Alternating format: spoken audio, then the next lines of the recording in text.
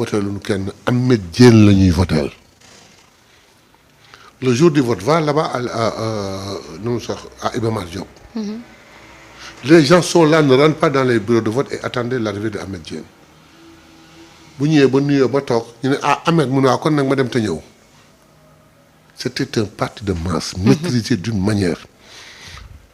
Mais quand le premier secrétaire est arrivé, il a voulu intellectualiser le parti. Comme parti socialiste, mu daanoo. Corniche des dimanches matin. Dans le footing du premier secrétaire. Où les jeunes diplomates venaient avec lui, autour de lui, tous les dimanches, daw footing ngoog moom kërëb. Mu leen di jël di balayer mag ñi di leen yóbbu au conseil des sages. Intellectualiser le parti. C'est ce qui nous a perdu. Les gens ont lâché. Ça n'a pas marché. Les gens ont détecté, on parlait Abdou Diouf, mu tànqam lu ko. Mag ñi wax dem. Mais au congrès, les gens disent que congrès, bu amul débat. Je ne suis plus du Parti socialiste. Mais dans ce congrès, il ne pouvait pas y avoir de débat. Pourquoi? Dans un congrès, bu ñu defee les structures de débat ba pare dafa am ce qu'on appelle les délégués. Qui viennent former des commissions. On en discute pour arriver au dernier jour où on élit le secrétaire, le président et le premier secrétaire en ces temps-là. Une lettre nous est venue, je crois que c'est du Nord, dans laquelle il est écrit un CD qui est arrivé. À l'unanimité, ils ont dit carte blanche à Abdou Diouf. Tanor était très puissant à ce moment-là, dans le gouvernement. Et ça faisait tache d'huile, carte blanche, Abdou, carte blanche.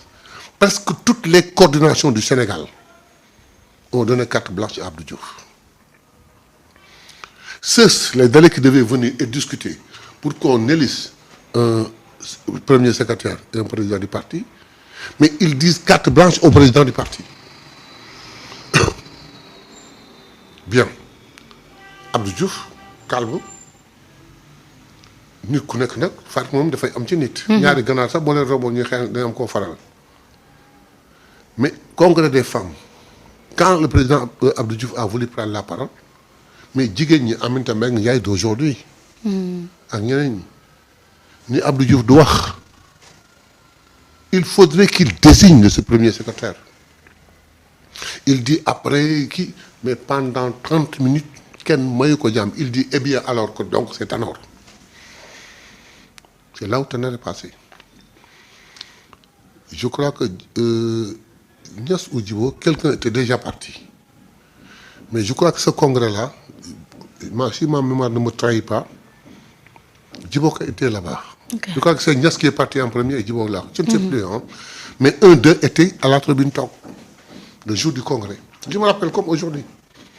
Mais c'est là où le parti a balancé. Des têtes sont parties. Niass, Actano, sauf les demain.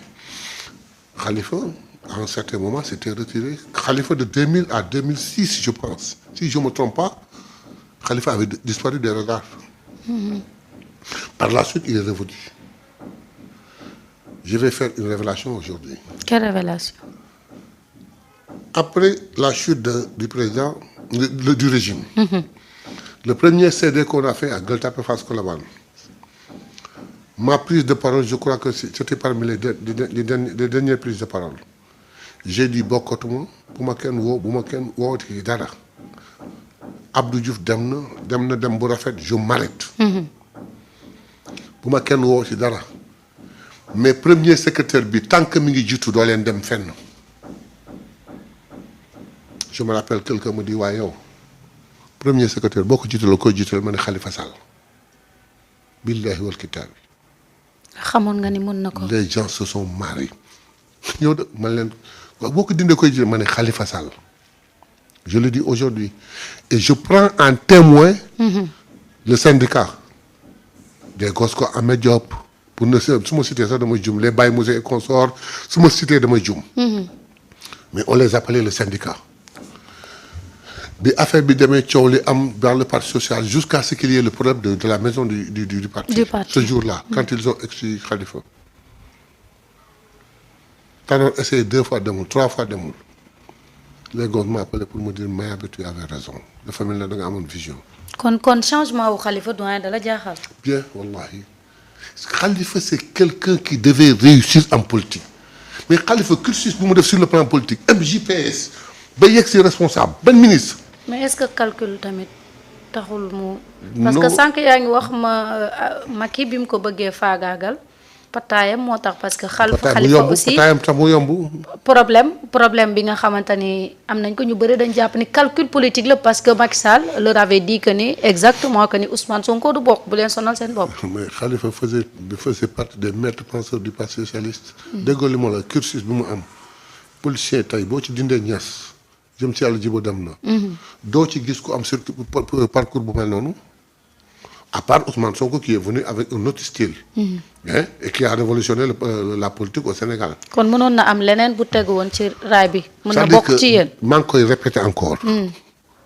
c'est-à-dire que bu xew mi nekkee 4 heures. il vient à 13 heures balay xew mi door mu nelaw. ou bien il vient après xew mi fekk xew mi tas na. loolu moo ma jaaxal ci Khalifa avec tout ce qu'il y a dans sa tête. loolu moo rek moo jaaxal. mais nag aujourd'hui c'est rebuffé il a renaquis noonu la koy waxee tubaab léegi attendons de voir. waaw parce que am ngeen opposition de ñi ma gis démb ñu toog noonu. non amagul da nga naan opposition judd na. nu xaar lu mu mën ak lu mu parce que tey ñoom dañuy wax ci jafe-jafe yi nga xam ne. internautes yi maa ngi waxante yow posé naa Marieta benn question tontu. muy ban. mooy ñoom ñëpp booleel calculer ma seen. xale yi nee ma 5%. alors ñoom jox nañ la réponse bi. waaw 5% léegi nga bëgg ko comparer à lan. 54% 54,28%. te nag mi ngi gën a évoluer. non ñu ne dafa gën a wàññeeku nag doyen ñu bëri nee nañu doole bi ngeen amoon ci élection présidentielle yii 54,28% bi bu ngeen demaatee élection du ngeen ko amaat parce que li taxoon xale yi teg leen fi yu ci bëri nit ñi ñoo ngi gis beneen doxalin boo xam ne nekkul ci yéen yow nga ni dafa yokk.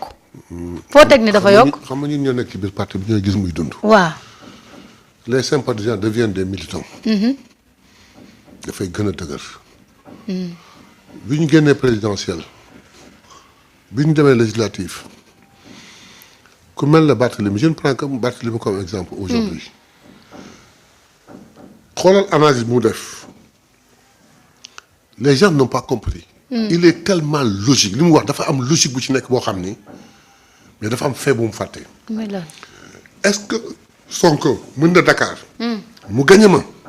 gagné pur. gagné Cheikh Seydou Djamil. gagné Khalifa Sall. gagné Anta Babacar Ngom. gagné kii. Il a fait des additions. Au moment où il additionnait, Sonko multiplié. Quand il faisait 1 plus 1 égale 2,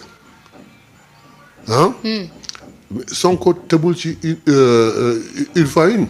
Il dit une fois 2, 2. 2 fois 2, 4. Lui, il était à 2 plus 1 égale 3. 4 fois 4, 16. Il est à 3 plus 1 égale 4.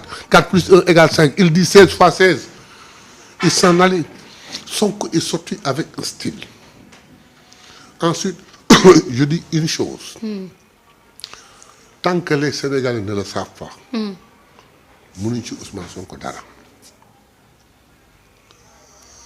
Boo analyser Pastef